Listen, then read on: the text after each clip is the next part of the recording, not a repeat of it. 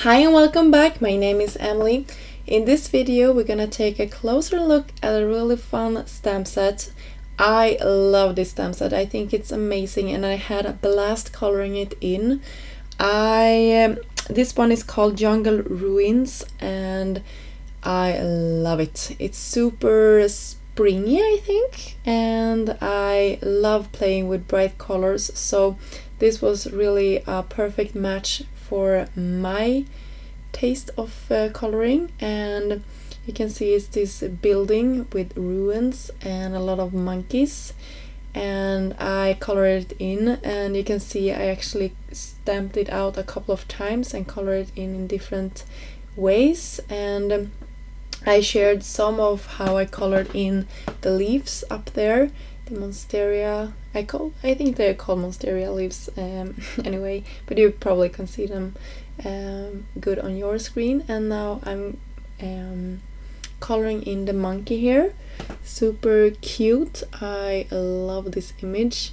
It looks like he is on a party, like shaking and dancing and stuff like that, so I think it's super fun to color in. And he's quite large, so it's good if you are practicing your coloring skills because you have a little bit of a space to work with.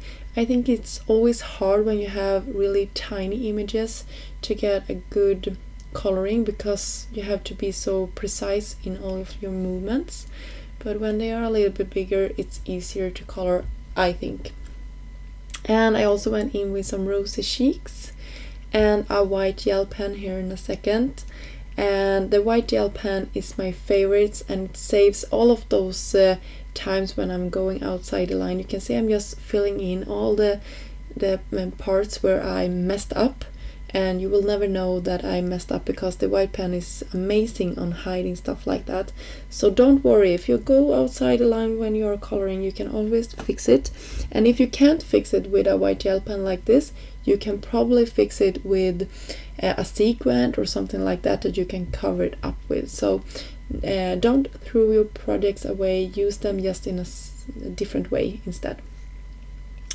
So for my coloring of the background, I actually decided to cut my image out, but I didn't want it to be too noticeable, so I colored in the rest of the scene in the same way. You can see I'm doing some dabbing motions. I imagined that this was like sand or something like that was on the ground here, so like in a warm summer day or something like that, that the grass would be dead and something like that. So I just used some flicking motion and some dabbing motion just to create some interest in the background.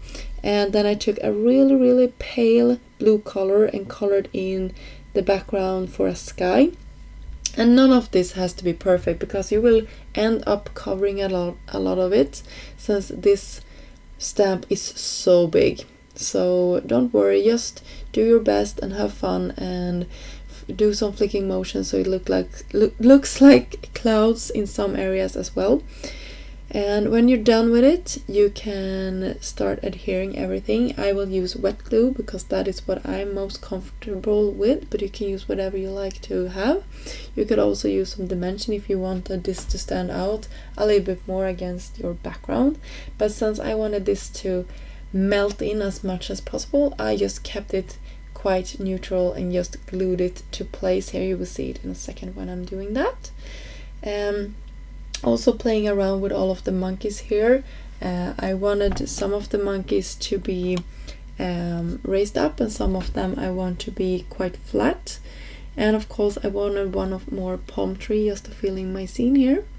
And then I can take that wet glue again and just adhere everything down to my card base. So this project, it took some time because the coloring took me a couple of hours I think. So it wasn't a fast project like that, but if you like coloring like I do when I have images like this, it was a blast. So I encourage you to dig out a medium that you really like and just have fun. Maybe sit outside when it's beautiful weather here or something like that and just color in. I raised my monkey up because I wanted some dimension, and for the sentiment I used another stamp set that I previously had colored in and stamped out, of course. So I just like this little saying, you will see it here in a second. I'm sorry I'm a little bit off screen here. And that little monkey, by the way, I will actually end up using on a different project.